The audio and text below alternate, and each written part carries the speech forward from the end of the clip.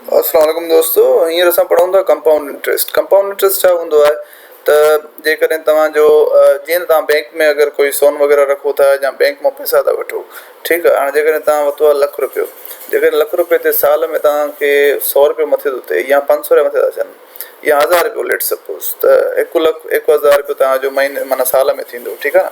लख रुपए ते तव्हांजो 1000 रुपयो मथां चढ़ियो त लख रुपयो ऐं उहो 1000 रुपयो थी वियो 1,01,000 रुपयो, ठीकु आहे।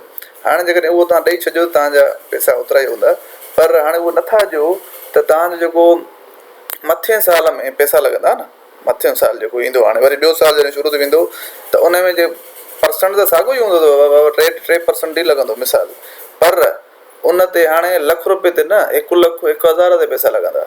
वरी हाणे लेट सपोज़ 1,01,000 ते थी विया 1,01,005 रुपया मिसाल, त जेको टियों साल ईंदो नथा ॾियो पैसा त वरी 1,01,005 रुपए ते टोटल पैसा, माना इहो पियो वधंदो वेंदो ऐं व्याज ख़तम ई कोन थींदो आहे। जेकॾहिं न ॾियो न त 100 रुपयो बि लख थी वेंदो आराम सां। अहिड़े हिसाब सां चवंदा आहिनि त सिंपल इंट्रस्ट माना सादो जेको व्याज आहे उहो त खणी ख़तरनाक आहे, पर हीउ त हुनजो बाबू आहे।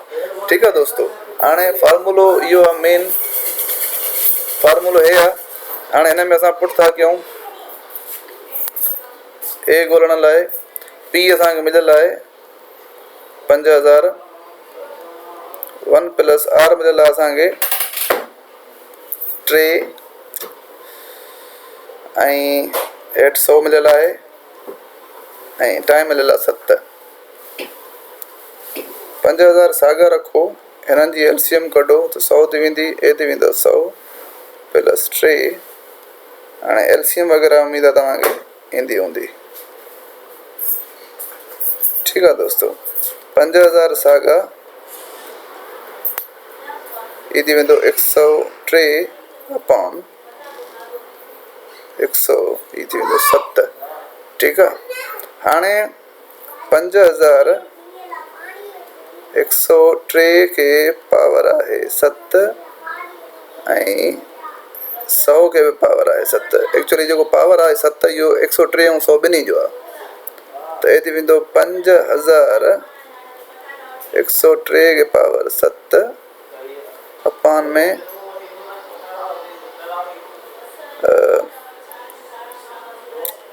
2 मिनट, ठीकु आहे।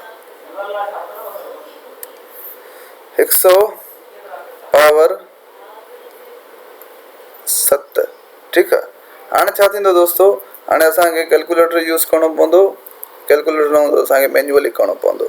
103 जो जेको पावर आहे,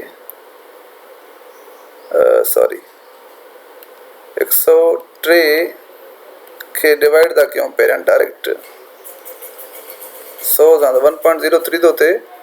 त दोस्तो मां हिनखे हितां जेकॾहिं सोलो करण लाइ, छो त हिननि जो जेको पावर आहे न उहो इलाही लेंदी थी वेंदो, इन करे हिनखे असां कुझु सोलो करण जे लाइ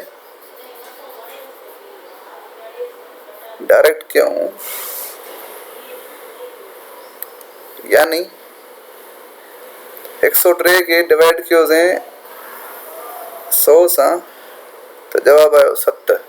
माना मां छा कयो आहे, 103 ऐं 100 खे डिवाइड करे जवाबु कढी वियुमि 1.03। हाणे हिन जो पावर आहे, हाणे इहो सोलो आहे, ठीकु आहे। यानी 103 खे 7 दफ़ा पाण में मल्टीप्लाई करिणो आहे। 103 यानी 1.03 मल्टीप्लाई 1.03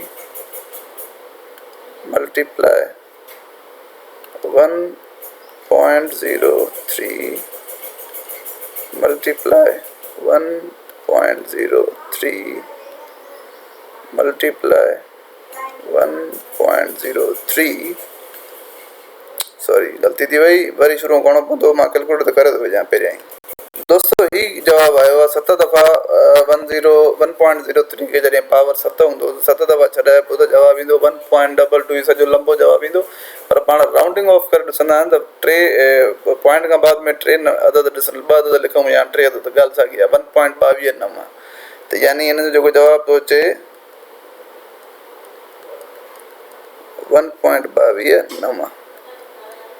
ऐं हाणे 5000 ऐं 1.22 खे जॾहिं कयूं 1.22 मल्टीप्लाई बाय 5000, जवाब अचे थो 6125 आई थिंक 45 सॉरी